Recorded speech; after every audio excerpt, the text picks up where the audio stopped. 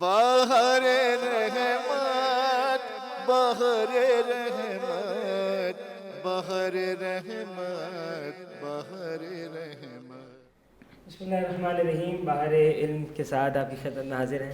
میں ایک مرتبہ پھر آغا مصطفیٰ علی وکیل صاحب کا شکر گزار ہوں گرین آئلینڈ پروڈکشن آپ کی جانب سے کہ انہوں نے ہماری دعوت قبول کیا، تشریف لائے۔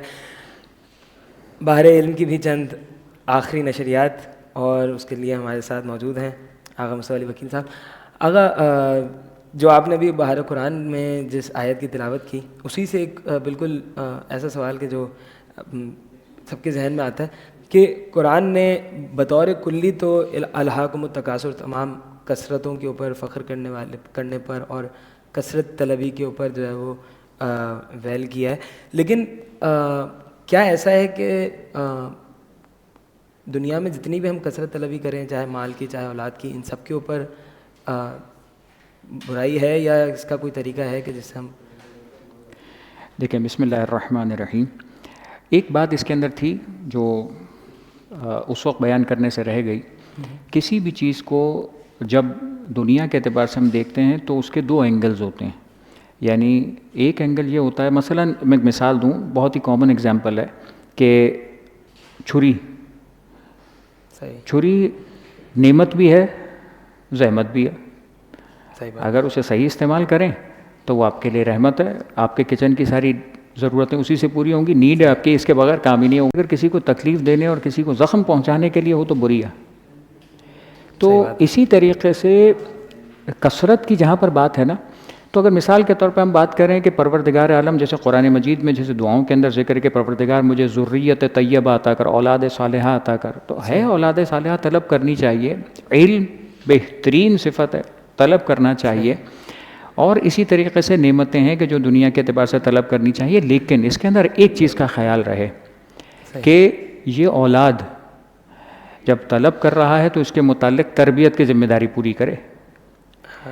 علم طلب کر رہا ہے تو علم طلب ہر انسان چاہتا ہے، کس کو اچھا نہیں لگتا۔ اس کے بارے میں تو ایک چیز کہتے ہیں کہ بھائی جاہل کو بھی اگر عالم کہتے ہیں نا، جب کہ اس کے پاس علم نہیں ہوتا، اگر جھوٹ میں بھی اس کو عالم کہیں تو اس کو اچھا لگتا ہے، اس لیے کہ علم صفت ہی ایسی ہے کہ جس کو اچھا لگتا ہے کہ سننے والا اس سے اچھا محسوس کرتا ہے۔ لیکن بات یہ ہے کہ روایات کے اندر بھی آپ دیکھیں گے تو بظاہر ایسا لگتا ہے نا کہ علم حاصل کرنا تو بھائی جتنا علم حاصل کریں، بعض روایت میں جیسے تاکید ہے کہ ماں کی گود سے قبر تک علم حاصل کروں، تو یہ ایک مسلسل پیرایا ہے کہ جو انسان علم حاصل کرتا رہے۔ لیکن روایات اس بات کو بھی بیان کرتی ہیں کہ کس نیت سے علم حاصل کر رہے ہو۔ اگر یہ نیت علم ایسی ہے جو اللہ کی معرفت، اگر یہ نیت علم ایسی ہے جو دنیاوی کم سے کم انسانوں کو فائدہ، یا ایسی ہے کہ جس کا پازیٹیو ایفیکٹ ہے، تب تو سمجھ میں آتا ہے۔ لیکن یہی علم جب انسان دوسروں پر جتلانے کے لیے، کسی دوسرے کو گمراہ کرنے کے لیے، کسی مثال کے طور پہ کسی برے مقصد کے لیے حاصل کرتا ہے تو پروردگار عالم بہت ناراض ہے اس بات پر۔ یعنی یہ کثرت علم انسان کے لیے زحمت کا باعث بنے گا، نعمت کا باعث نہیں بنے گا۔ یا بعض علوم ہے، مثال کے طور پر جیسے آپ کہیں کہ ہر علم تو ایسا نہیں ہے کہ جس کو، بعض علوم ہے جن کا حاصل کرنا خدا نے حرام رکھا ہے۔ اب کہیں بھائی وہ چیز ہی نہیں ہے، حقیقت نہیں ہے، حقیقت ہے، لیکن خدا نے اس پہ پابندی لگائی ہے کہ یہ فلاں، مثال کے طور پر جو سحر کی بات، جادو کی بات کی جاتی ہے، حرام ہے۔ تو دنیا تو کہتی ہے کہ یہ بھی علم ہے، بھائی علم کی بات کیوں نہیں؟ اینگلز فرق کرتے ہیں کہ آپ کس مقصد کی خاطر کیا چیز حاصل کر رہے ہیں اور کس کے اندر کوانٹٹی بڑھانا چاہ رہے ہیں، کس نیت سے کوانٹٹی بڑھانا چاہ رہے ہیں۔ ایک چیز صرف نظر آتی ہے کہ انسان اپنے آخرت کی جو حاصل ہونے والی جو اجر ہے، جو نیکیاں ہیں، اس کے اندر انسان کثرت کرے۔ سبحان اللہ۔ اگر اسی طرح یہی کیا چیز مال کے اوپر بھی لاگو ہوتی ہے کہ اگر ہم مال کی کثرت کی بھی طلب کریں کہ خدا میرے رزق میں وسعت دے، اور پھر ہم نیت یہ رکھیں کہ آخرت کے لیے؟ یقیناً مال کا کثرت سے طلب کرنا برا نہیں ہے۔ میں نے کہا نا کہ مال کثرت سے انسان طلب کرے، انسان دیگر چیزوں کو طلب کرے، لیکن یہ طلب کرنا پازیٹیو وے میں ہو۔ یعنی اس کا مقصد یہ نہ ہو کہ میں مثال کے طور پہ کسی پر تکبر کروں گا، کسی کا حق چھین کر مال جمع کروں گا، یا مثال کے طور پہ حقوق سے محروم کروں گا، یا اس مال پر میں دوسروں پر جتلاؤں گا۔ یہ تمام وہ چیزیں ہیں کہ جو انسان کو، یعنی مال کا نیگیٹو ایفیکٹ جو ہے یہ پھر برا ہو جاتا ہے. یہ انسان کے لیے آخرت میں برائی کا باعث بنتا ہے. ورنہ اگر پازیٹیو ہے تو کوئی مسئلہ نہیں ہے. اگر چلیں ایک تو بڑا ہی کامن سی بات ہے کہ بھائی اگر میں مال اس لیے حاصل کرنا چاہتا ہوں کہ میں زیادہ سے زیادہ صدقات اور خیرات کر سکوں, تو یقیناً جو ہے وہ یہ ریکمینڈیڈ ہوگا, پسندیدہ ہوگا.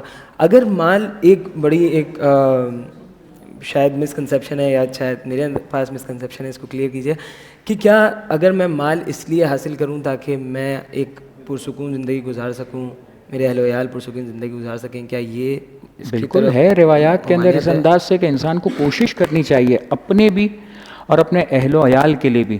کوشش کرے رزق حاصل کرنے کی, محنت کرنے کی, اور جس فیلڈ میں وہ کام کر رہا ہے اس اعتبار سے اپنے کاموں کو بڑھائے, اپنی چیزوں کو بڑھائے, تاکہ اپنے اور اپنے فیملی کو ایک آسودہ, ایک اچھا لائف سٹائل دے سکے. زبردست یہ زبردست. تو پھر آگے یہ, اور لیکن وہی بات کہ رزق حلال حرام کے دائرے میں بس نہ جائے. تو پھر جہاں تک حلال مل رہا ہے وہاں پہ, اور پھر کوئی حرج کیا یہی میرا جو سوال اگلا, میں بالکل اگلا ہی سوال تھا کہ کیا پھر قناعت اور پھر وسعت طلبی ان دونوں میں کوئی بیلنس, کوئی دیکھیں وسعت طلبی انسان کرتا ہے, انسان قناعت کرتا ہے خود اپنے لیے کہ میں اس چیز پہ قانع ہو جاؤں گا. دوسرے کو قناعت کی تاکید کر سکتا ہے, لیکن ضروری نہیں ہے کہ مثال کے طور پہ اس کی فیملی بھی ہے وہ بھی قناعت کرنا چاہے.